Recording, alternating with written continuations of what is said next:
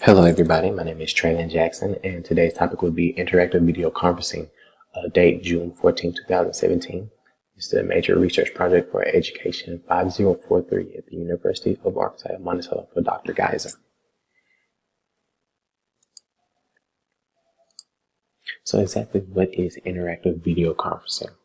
According to the University of Utah, IVC, which is interactive video conferencing, can be defined as is a technology used to conduct classes, meetings, trainings, and interviews between people in distant locations.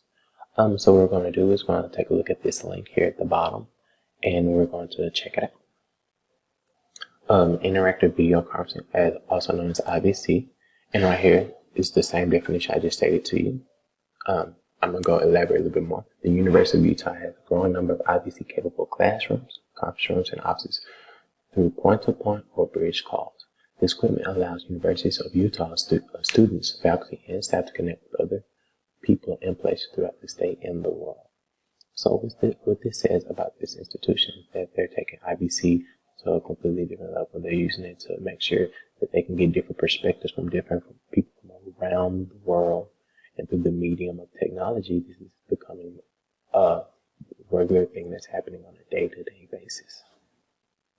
Okay, so we're back to the presentation. So I want to talk about growth in technology and how it's been a catalyst in this situation.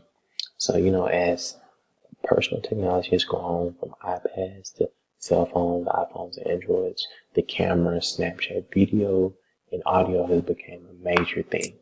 So, what if we applied this to education? And for even more of a focus, how about we apply this to people trying to obtain degrees? So what does this do for education? It allows people with jobs and responsibilities to gain an education from the comfort of their own workplace or home. So military personnel who might be deployed or at-home moms that take care of their children during the day, this allows them to get their degree and not have to actually physically be in the classroom in order to obtain it due to their busy schedule. So we're going to get even more focused, and we're going to talk about this from a P through 12 perspective, and that's preschool through 12th grade. So these are some questions that I'm going to answer during our presentation. These 3 questions include: 1, how does this form of learning work for students who are still attending grade school? 2, how does it differ from actually being physically present in a classroom? 3, is there documented proof of how this type of learning can benefit a young student? One thing we're going to talk about today, we're going to talk about K-12. K-12 is an online service that gives students the opportunity to go to school all throughout grade school online. So K-12 is a very prominent online service that allows students of all grades to attend school online. K-12 has great IVC that helps administrators and teachers talk to students and parents about their education face-to-face to help better push the message of the lesson. With the help of IVC, being physically in a classroom is something that is not necessary to retain a lesson and master it. So as far as the lesson is concerned, you can get all this through the medium of technology and go to school.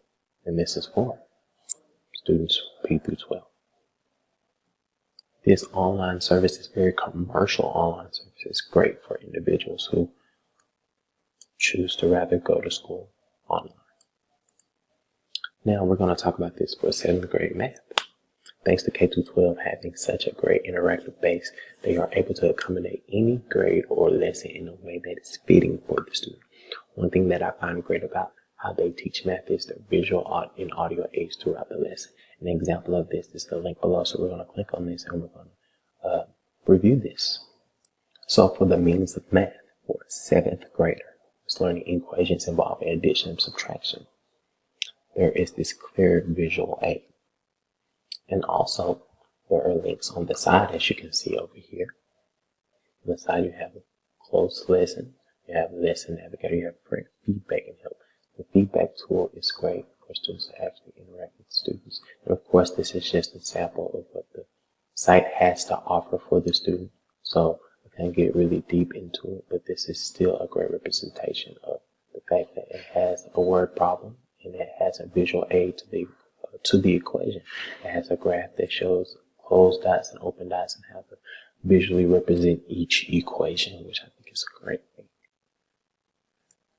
Okay, so now we're going to get to what's called proof of success. And what I'm going to do is I'm going to give you different ways that I feel proves how this is such a great way for students to learn. So here I have an example of an interactive video conferencing, but instead of it being at home, it's with students that are in a classroom with an instructor, and as well as an instructor via Skype. So we're going to check that out.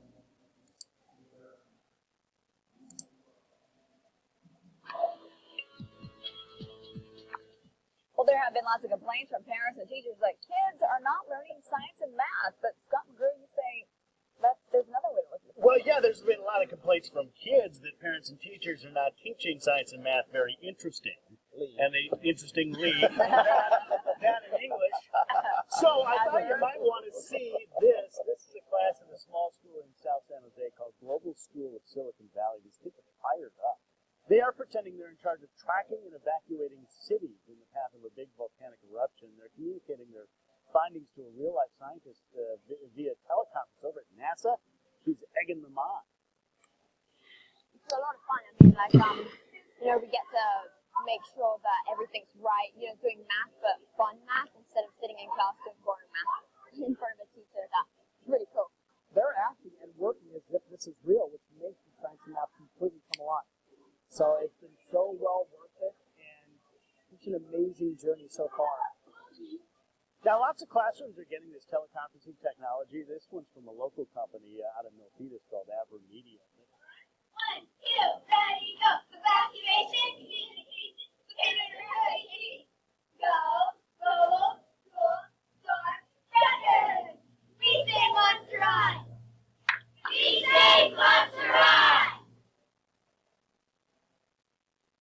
So I want to exactly just talk about that video and talk about what I personally saw. I saw the fact that there were not only just the instructor that was on the video, but the instructor was on the video and the regular daily instructor as well. Having both these resources is great for students.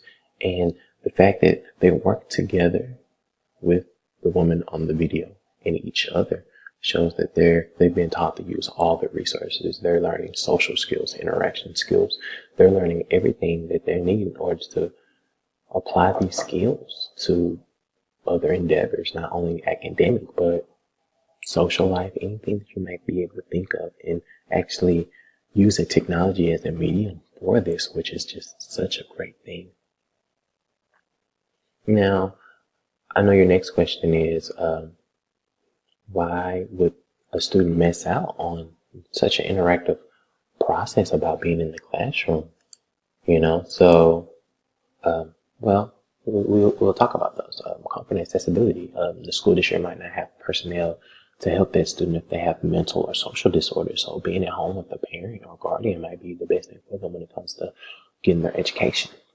Bullying is something that's an everyday thing. That's something that I personally experienced in college and in grade school. So that's one thing, that interactive video conferencing is such a big deal for students. And also structure.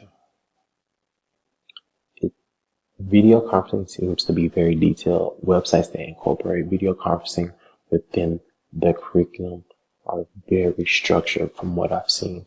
They have great tools and there's no discrepancies on what contextual knowledge when it comes to the instructors. So that is a great thing for students.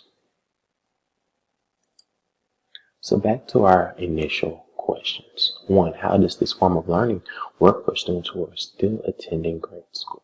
Well, as we saw, it helps them with social skills. It helps them with technology skills. They grow accustomed to this. They might have a job in the future to where they do business dealings online and they have to talk to someone, or they may be a teacher just like their instructor, send a video and be doing the exact same thing. Regardless of what path they take, it will be critical for them to have technology skills. How does this differ from actually being physically present in the classroom? Well, as you saw, there was great social interaction between the students, opposed to what we saw earlier in about K through 12. they miss that social interaction with a classroom full of students. So not saying that they won't master the lesson or anything, but social skills might be one thing that a student may lack or they may not. You know, it just depends on the student. However, that social interaction is key. Is there any documented proof of how this type of learning can benefit a young student? Yes, we did. We saw how great that was, how they saved the town from the volcanic eruption, and how they did such a great job. So that's the end of my presentation, and thank you for